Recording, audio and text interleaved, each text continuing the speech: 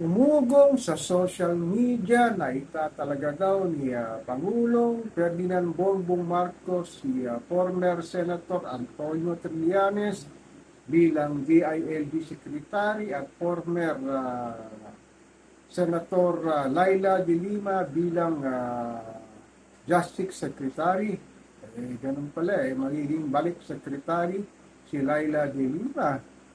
So ano ang bet mo? Papayag ka ba? Wala naman tayong magagawa eh. Talagang tuluyan na nagsanib pwersa ang Pulahan at Dilawan. Matatandaan si former Senator Laila de Lima ay naging Justice Secretary noong panahon ni Pinoy at eventually ay nanalo siyang senadora at nakulong ng 6 na taon sa panahon ni Tatay Digong Duterte at lumaya lamang ito nung nanalo si PBBM bilang presidente ng Pilipinas.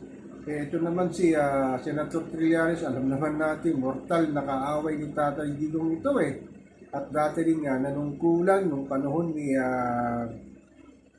Pinoy sa kanyang sinasabing advisor ito dun sa West Philippine Sea na sinasabing siya raw ang nagbenta ng Scoborosyo nung panahon ni Noynoy Aquino. Grabe talaga ang politika sa ating bansa, no? Walang permanenteng kaibigan, walang permanenteng kaaway, meron lang permanenteng interes sa kanilang mga politikang karir. Sino nga bang makapagsabi na ang dating mortal na magkaaway, ang Pulahan at Dilawan ay ngayon ay nagsanib pwersa para sabihing labanan ang pamilya Duterte na sinasabing mabango pa rin sa mamamayang Pilipino, lalo na raw si Tatay Digong Duterte. Ano kaya ang masasabi ng pamilya Duterte sa gagawin ito ni PBBM sa pagtalaga ng dalawang kanyang mortal na kaaway sa politika?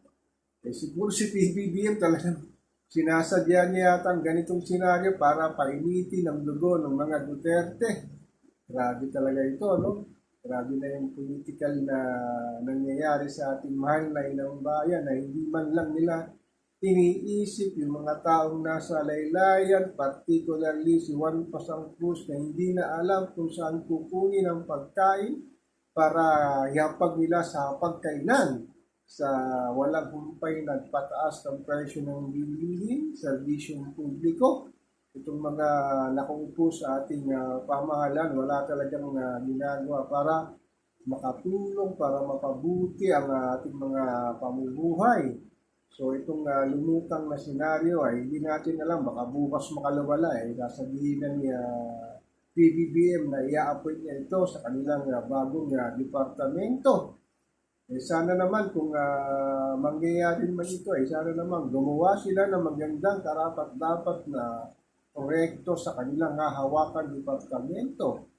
Lalo na ito si former Justice Secretary Senadora Laila de Lima na nung panahon nga ni Noynoy Aquino III ay tinuturong na protector ng mga drug lord sa Bilibid Prison sa Muntinlupa, kaya daw ito nakasuhan at nakulong ng 6 na taon dahil sa kanyang pakikipagsabwatan sa mga tiwali at nanininsala ng mga drug lords sa pamamagitan ng kanilang mga illegal na droga na didistribute sa buong Pilipinas.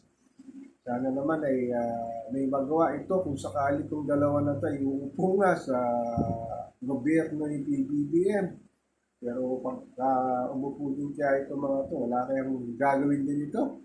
Kasi sabi ng mga netizen at ilang political analyst, magdadalawang taon na raw si PBBM sa kanyang gobyerno ay wala pang nakitang pagbabago sa ating inang bayan, kundi ang paglabas lang niya sa ating bansa at para lang kumuha ng sinasabing foreign investor pero puro pledges lang naman ang sinasabi ng kanyang mga nakakausap at wala daw nini-invest sa ating bansa. Yun lang ang nakakalungkot, no? Sa laki din ng ginagastos ni PBBM sa paglabas sa ating bayan, sa ating mga buwis na ordinaryong tao na si Juan Pasang Cruz na kinukuha ang kanyang mga ginagastos kasama pang mga ilang entourage niya na sinasabi may mga Department Health Secretary na sumasama sa kanyang biyahe para daw tulungan ito na makakuha nga ng mga foreign investor. Sana naman sa 4 na taon pa natitira na pag-upo ni PBBM mayroon sanang pagbabago na maganda na mangyayari sa ating inang bayan.